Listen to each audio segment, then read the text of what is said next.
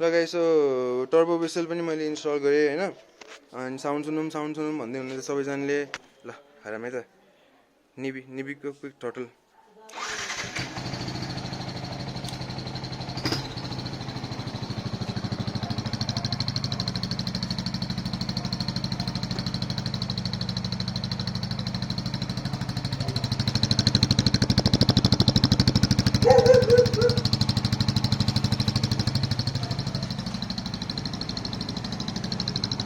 Let's rev हानौँ है